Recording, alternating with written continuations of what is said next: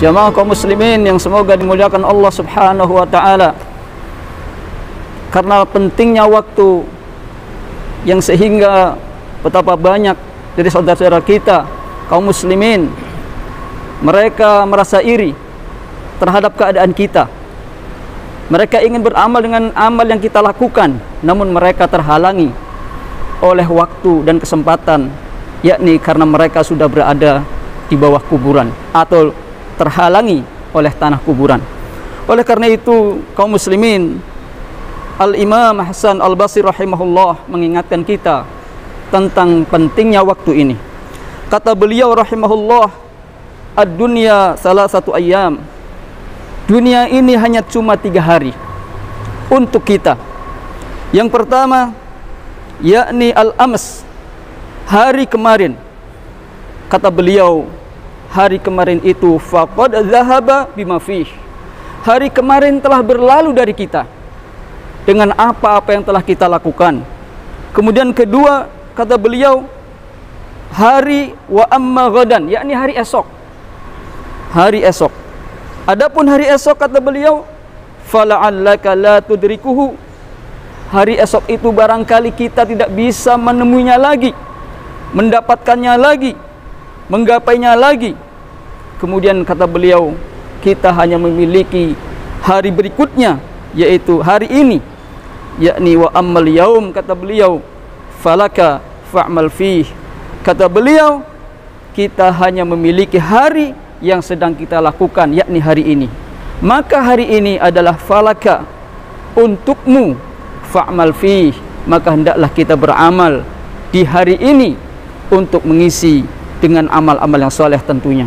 Sejatinya kehidupan manusia tidak pernah sepi dari ujian Allah Subhanahu wa taala. Kesenangan, kebahagiaan dan kesedihan selalu hadir dan terus bergantian. Suka duka selalu menjadi hiasan dalam kehidupan kita.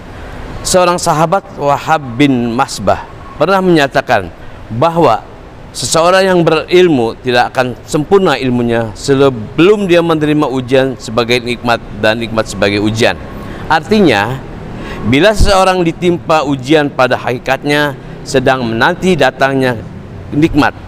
Sedangkan orang yang diberi kenikmatan oleh Allah Subhanahu wa taala, sesungguhnya dia sedang menanti ujian. Kita sangat menikmati bahwa segala sesuatu yang terjadi di muka ini pasti dengan izinnya Allah. Manfaatkanlah masa muda kita sebelum datang masa tua. Jangan membuangnya sia-sia, apalagi dengan hiburan-hiburan atau perkara-perkara yang menjerumuskan kepada kemaksiatan dan dosa. Ketahuilah bahwasanya Rasulullah SAW wafat dalam usia 63 tahun.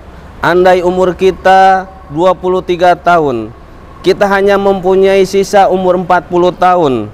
Ataupun andai kita umur 40 tahun, kita mempunyai masa 23 tahun lagi untuk mengejar amal soleh. Sesungguhnya umat Rasulullah SAW yang umurnya melebihi 63 tahun, bermakna Allah Subhanahu wa taala memberi bonus pada kita untuk memperbanyak tobat dan ibadah. Ma'asyiral muslimin sidang Jum'ah rahimakumullah. Bagaimana cara menghentikan musibah gempa bumi? Sebagai manusia biasa, kita harus introspeksi diri dan evaluasi diri untuk segera bertobat dari segala dosa dan meningkatkan ketakwaan kepada Allah Subhanahu wa taala, karena bencana alam adalah peringatan Allah bagi kita. Kita semua diperingatkan untuk meningkatkan ketakwaan kepada Allah Subhanahu wa taala, untuk meninggalkan dosa dan peringatan agar kita bertobat kepada Allah Subhanahu wa taala. Ikhwatul iman rahimakumullah. Di antara langkah-langkah agar kita dapat melaksanakan ibadah kepada Allah Subhanahu wa taala dengan secara istiqomah, maka lakukan 3 hal, kita akan mendapatkan 3 manfaat. Yang pertama adalah hamiyah aliyah, kita tekad yang kuat untuk melaksanakan ibadah. Kemudian yang kedua, mujahadah, kita bersungguh-sungguh dalam beribadah. Kemudian yang ketiga adalah dengan memperbanyak doa. Maka kita akan mendapatkan 3 manfaat. Yang pertama, akan terbiasa, yang kedua pahala tetap, dan yang ketiga peluang husnul khotimah. Barakallahu fikum. Para hadirin sidang Jumat rahimakumullah. Tips agar jiwa kita selalu tenang yaitu ada 3. Yang pertama, zikir. Marilah kita perbanyak zikir. Yang kedua, sholat. Jangan pernah kita meninggalkan sholat walaupun kita manusia yang banyak dosanya.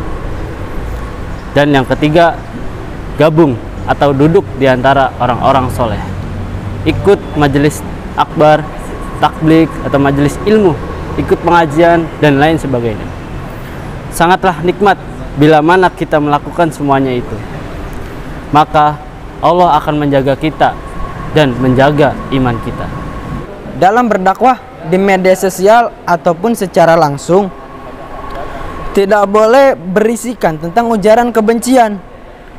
Seseorang boleh saja tidak suka dengan orang lain atau pihak lain, tapi jangan sampai ketidaksukaannya itu diekspresikan dengan kata-kata yang mengandung ujaran kebencian, apalagi didengar oleh publik banyak, dan itu menjadi suatu kecacatan dalam berdakwah atau menyampaikan suatu pesan.